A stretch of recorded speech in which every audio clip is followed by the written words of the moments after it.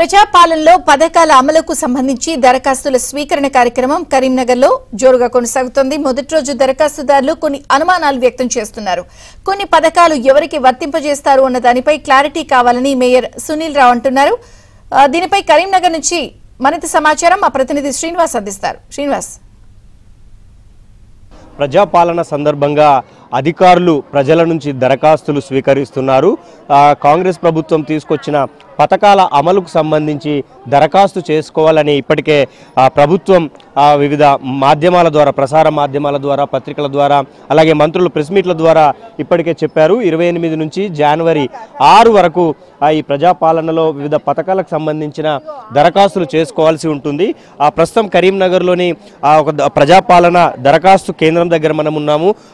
నగరవాసులంతా కూడా తమకు సంబంధించిన పథకాల అమలు కోసం, కావాల్సిన పథకాల కోసం దరఖాస్తు చేసుకుంటున్నారు. ఒక అమ్మ ఉన్నారు, స్వప్న. మీ పేరేంటిదమ్మా? మీకు పెన్షన్ వస్తుందా? 2000 వస్తుంది. 2000 పెన్షన్ వస్తుందా? మరి ఇప్పుడు దేనికోసం దరఖాస్తు చేసుకున్నావు? ఇల్లు కొరకు. ఇల్లు లేదా? ఇల్లు లేదు.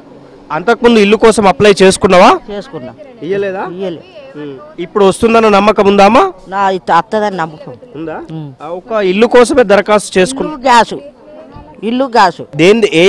వేటి కోసం అప్లై చేసుకున్నారు? గ్యాసు, ఇల్లు, పింఛని. మూడింటికి ఒకటే దరఖాస్తు పెట్టినరా?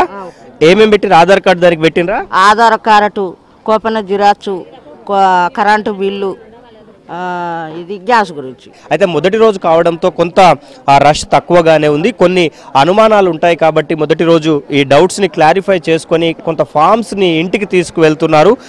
వాటికి ఆధార్ కార్డు జిరాక్స్ తీసుకొని జిరాక్స్ జత చేసి వారికి కావాల్సిన పథకాలు వేటికి అర్హులో అవి తీసుకునే ప్రయత్నం అయితే చేస్తున్న పరిస్థితి మనకు కనిపిస్తోంది. సో స్థానిక మేయర్ కూడా మనతో ఉన్నారు. ఆ దరఖాస్తు స్వీకరణ సందర్భంగా డౌట్స్ ఉన్నా కూడా, లేదా సిబ్బంది విషయంలో వారందరికీ కూడా అనుమానాలను నివృత్తి చేస్తున్న పరిస్థితి అయితే మనకుంది. సో కరీంనగర్ మేయర్తో మాట్లాడే ప్రయత్నం చేద్దాం. చాలా డౌట్స్ ఉన్నాయి. ఎందుకంటే ఇప్పుడు అభయహస్తం దరఖాస్తు ఫామ్ బిల్లు ప్రభుత్వం ద్వారా వచ్చింది. దరఖాస్తుదారులు అందరూ వచ్చి కూడా దరఖాస్తులు ఇస్తూ ఉన్నారు. చాలా సంతోషం. రాష్ట్ర ప్రభుత్వాన్ని కూడా నేను ఇవన్నీ కార్యక్రమాలు పూర్తి చేస్తే పురుషాలు అభినందిస్తాం. మేము ప్రజల కష్టాలు తీర్చితే అభినందిస్తాం. ప్రజల కష్టాలు తీర్చక కాలయాపన చేస్తే తప్పకుండా ప్రజల పక్షాన్ని నిలబడి నిలదీస్తాం కూడా. ఇప్పుడు దీనిలో మీరు చూడండి, మహాలక్ష్మి పథకం అని చెప్పినారు. మరి ఒక ఇంట్లో ఒకరికి ఇస్తారా, ఇద్దరికి ఇస్తారని క్లారిటీ లేదు.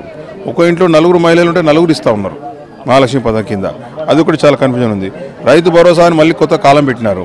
ఆల్రెడీ రాష్ట్రంలో ఉన్న ప్రతి రైతు ఒక డీటెయిల్స్ ఉన్నాయి. రైతు బంధు కూడా ఇప్పటికి 10 సార్లు వేసిండ్రు. మరి ఆ డీటెయిల్స్ ఉన్న తర్వాత మళ్ళీ ఎందుకు అడుగుతున్నారని చెప్పి చాలామంది కన్ఫ్యూజన్ అవుతూ ఉన్నారు. ఇందిరమ్మ ఇల్లు అన్నారు. ఇందిరమ్మ ఇల్లు ఇంటి నిర్మాణానికి ఆర్థిక సహాయం అన్నారు. ఇల్లు జాగా లేని వాళ్ళకి ఏం చేస్తారని ఇంతవరకు క్లారిటీ చెప్పలేదు. ఇప్పుడు జాగా ఉన్న వాళ్ళకు జాగా ఇచ్చి ఆర్థిక సహాయం చేస్తారా అనేది కూడా చాలా డౌట్ అడుగుతూ ఉన్నారు. మరి మాకు జాగా లేదు సార్, మరి మాకు ఎట్లా వస్తే ఇల్లు అని అడుగుతూ ఉన్నారు. అంతేకాకుండా గృహజ్యోతి పథకం పెట్టినారు. 200 యూనిట్ల వరకు ఫ్రీ అన్నారు.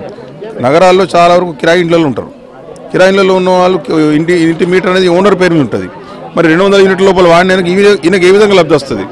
ఆ 200 యూనిట్లు తక్కువ వాళ్ళకి ఇస్తే గృహ యజమాని అకౌంట్లో పోతుంది. మీటర్ ఆయన పేరు ఉంటుంది. కాబట్టి ఏ విధంగా చేస్తున్నారని వాళ్ళు కన్ఫ్యూజన్ అవుతూ ఉన్నారు. కాబట్టి ఇవన్నీ కూడా కన్ఫ్యూజన్లు ఉన్నాయి. దీన్ని రాష్ట్ర ప్రభుత్వం దీనికి ఇప్పుడు దరఖాస్తుల స్వీకరణ ప్రారంభమైంది కాబట్టి వచ్చిన కాబట్టి క్లారిఫికేషన్ ఇస్తానని భావిస్తా ఉన్నాను. సో మొత్తంగా మొదటి రోజు కావడంతో కొన్ని అనుమానాలు అయితే ఉన్న పరిస్థితి కనిపిస్తోంది.